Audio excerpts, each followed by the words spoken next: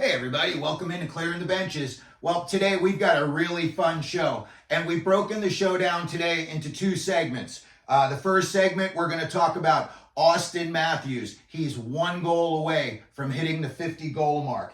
And then the second part of the episode, we're going to talk about a new thing that we're going to implement. We're going to go through all 32 teams, so we're going to be talking about all of your favorite teams. And we're calling it the Celebrini Sweepstakes. And basically what we're going to talk about is if your team somehow were to win the #1 overall draft pick and take Macklin Celebrini, what line would he be playing on your team as soon as next year? So before we get to any of that, we want to give a quick shout out to our sponsors over at sunshinegirlsaz.com. If you like fun shirts, hockey shirts, shirts with sayings on them, girl shirts, guy shirts, kid shirts, you've got to check out sunshinegirlsaz.com. They've got an awesome selection over there. Alrighty, well, tonight, Auston Mathews making his way into the mullet, sitting on 49 goals for the season. He's going to be playing in his 54th game. Now, as you know, like the big number is 50 and 50, but in the history of the NHL, there's only been 5 guys that have scored 50 goals in 50 games or less.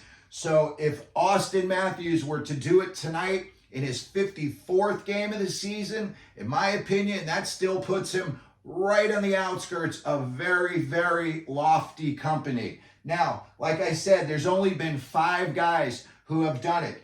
Every year, they've got the Rocket Richard Trophy for the guy who scores the most goals. And of course, that's named after Maurice Rocket Richard, who was the first guy in NHL history to score 50 goals in 50 games.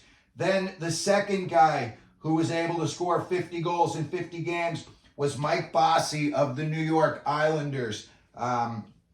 When he did it, there's a very famous video of him doing a goal dance that went, I'm sure viral in its day. And then there's 2 guys on here who have done it multiple times. In 1990-91, Brett Hull scored 50 goals in 49 games. And then he followed that up the next year, 91-92, with 50 goals in 50 games. Wayne Gretzky did it 3 times. In 1981, and this is still the record, Gretzky scored 50 goals in 39 games.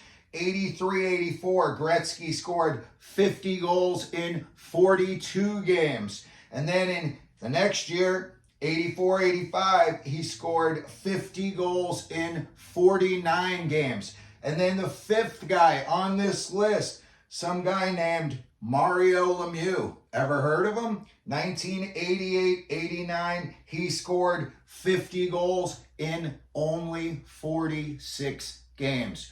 So the fact that Auston Mathews is even sniffing around the 50-goal mark at the 54 game point of the season, to me, is just amazing. And, if he were to do it, like I said, in my opinion, you're not right there with these guys, but you're this close, to being mentioned with all of these Hall of Famers and greats, including the guy who they named the goal scoring trophy after. So let's all see tonight, can Auston Mathews do it at the mullet? And let's see if he can do it in front of his hometown crowd.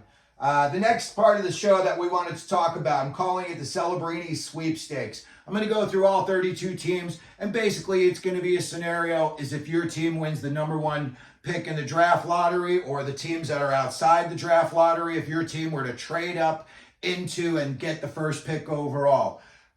First team that I'm going to talk about is the Anaheim Ducks. And when I was putting this little list together of their forwards and, where Celebrini would fit in, I started to, raise my eyebrows a little bit and say, hey, in about 3 years, if all of these guys were to pan out to, what they were projected to pan out to, Anaheim could have some serious firepower on their hands. I know he's having a bum year and I know he's injured, but Trevor Zegras definitely has the skills. You see all that Michigan's goal stuff he does.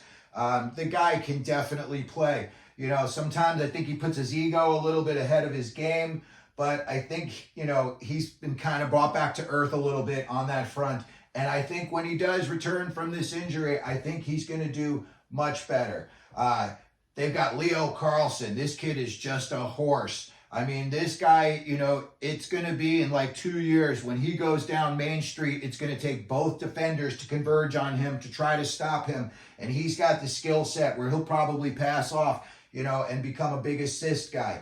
Mason McTavish, not the biggest guy, but man, does he have some sandpaper and grit to his game. Everyone saw what he did, in the juniors, and now his game is pretty much translated. It took a little bit to get going, but he's definitely got it going. This kid can score, and he can score in bunches. They just made the trade for Cutter Gauthier. The kid's going to be good.